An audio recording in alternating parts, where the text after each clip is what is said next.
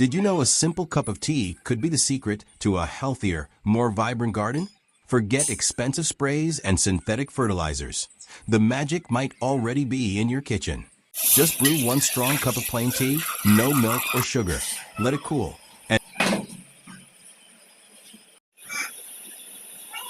and mix it into 5 liters of water.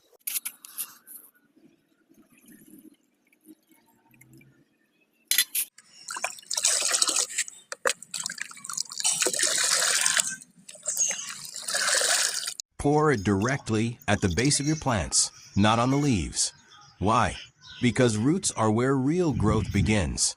Tea is rich in tannins and natural compounds that fight harmful bacteria and fungi, deter pests like aphids and mites, boost root health and plant immunity.